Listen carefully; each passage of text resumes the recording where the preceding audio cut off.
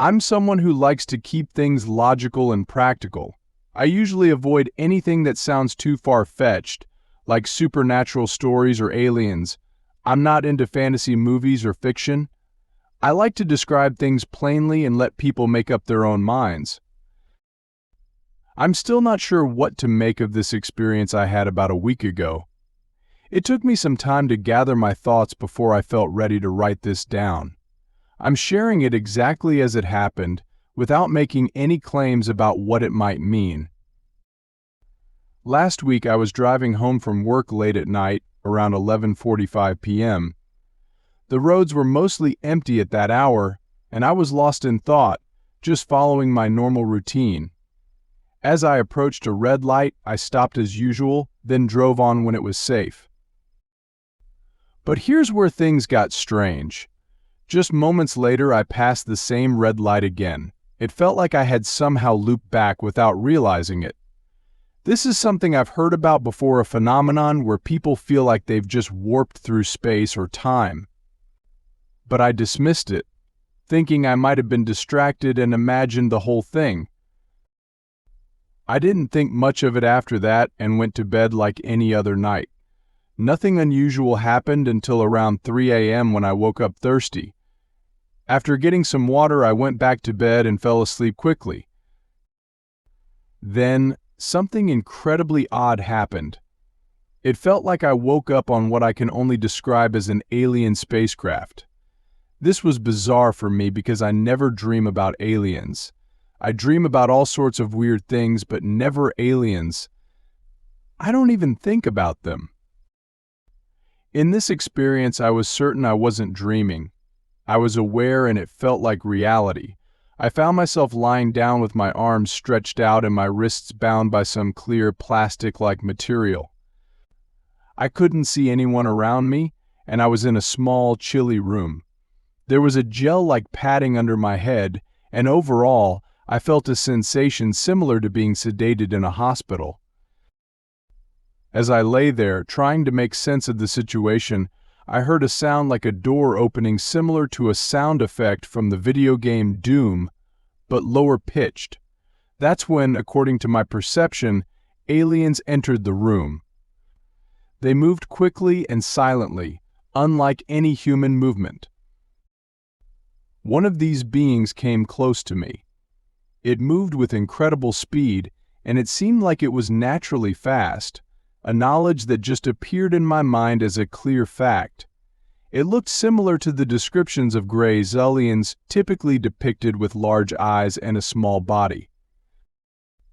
I was terrified. The alien looking down at me didn't blink or show any signs of normal human-like expressions.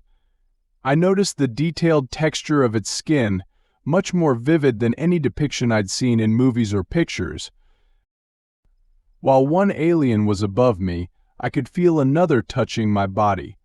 Their movements were precise and quick. Within a few seconds, they did something that knocked me out.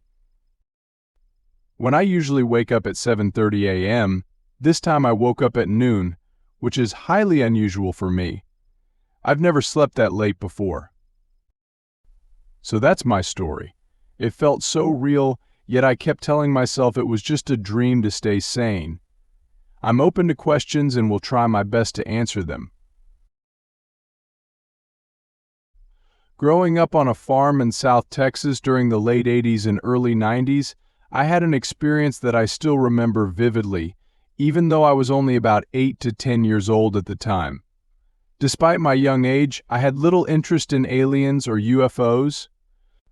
My knowledge of extraterrestrials was limited to movies like Star Wars and E.T., but what happened to me didn't seem to connect with those fictional tales. Our farm was a vast 200-acre land, mostly open fields with some patches of forest and a creek slicing through the middle. My family lived in a cluster of 3 houses, surrounded by barns and outbuildings, on a small hill that overlooked these fields. It was a peaceful, isolated spot, ideal for a quiet farm life. One late summer night, just before the new school year was about to start, something unusual happened. It was past midnight, and everyone else in my house had gone to bed following the 10 p.m. news. I was up late, a common habit, sneaking reads or dimly watching TV in my room. That night, however, I ventured to the kitchen for a drink of water.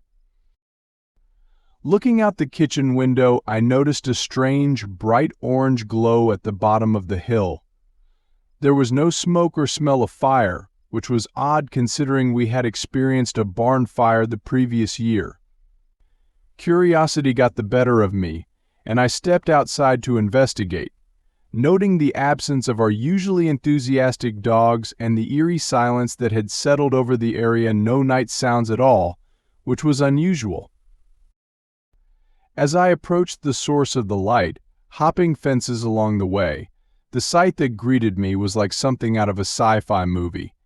There was a small, egg-shaped craft standing upright on 3 metal legs, emitting a pulsating orange glow.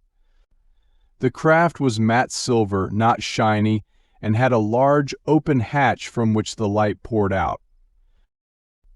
Near the craft, a small creature, about 3.5 feet tall, was busy collecting samples. It looked nothing like the creatures from the films I had seen. This one was more like a furry Ewok, minus any clothes. I watched, fascinated, as it went about its work, seemingly oblivious to my presence. My curiosity turned into boldness, and I decided to approach the craft. As I moved closer, another figure, previously unnoticed, rushed toward the craft from the other side. It joined the first creature, which finally seemed to notice me. They both entered the craft quickly, their movements fluid and almost comical in their haste. Despite the strange situation, I wasn't scared. I felt an overwhelming sense of wonder and excitement, as if I was part of a live adventure that no one else had experienced. When I reached the craft, the scene changed again. The furry appearance of the creature shifted, revealing what looked more like the classic gray alien, but still unique. It had large, sugar glider-like eyes, a small nose, and a thin mouth. The alien wore a tight, dark suit that sparkled faintly but didn't reflect light.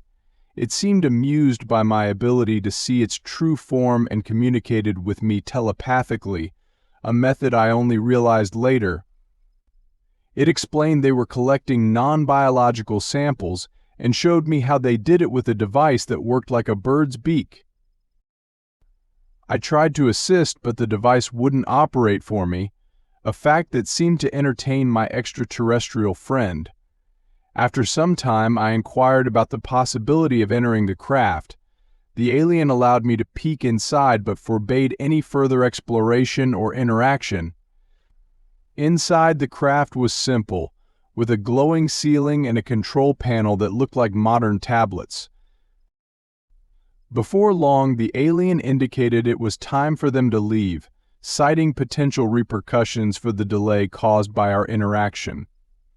I half-jokingly asked to join them, suggesting we could grab a pizza, a concept that amused the creature but was gently declined.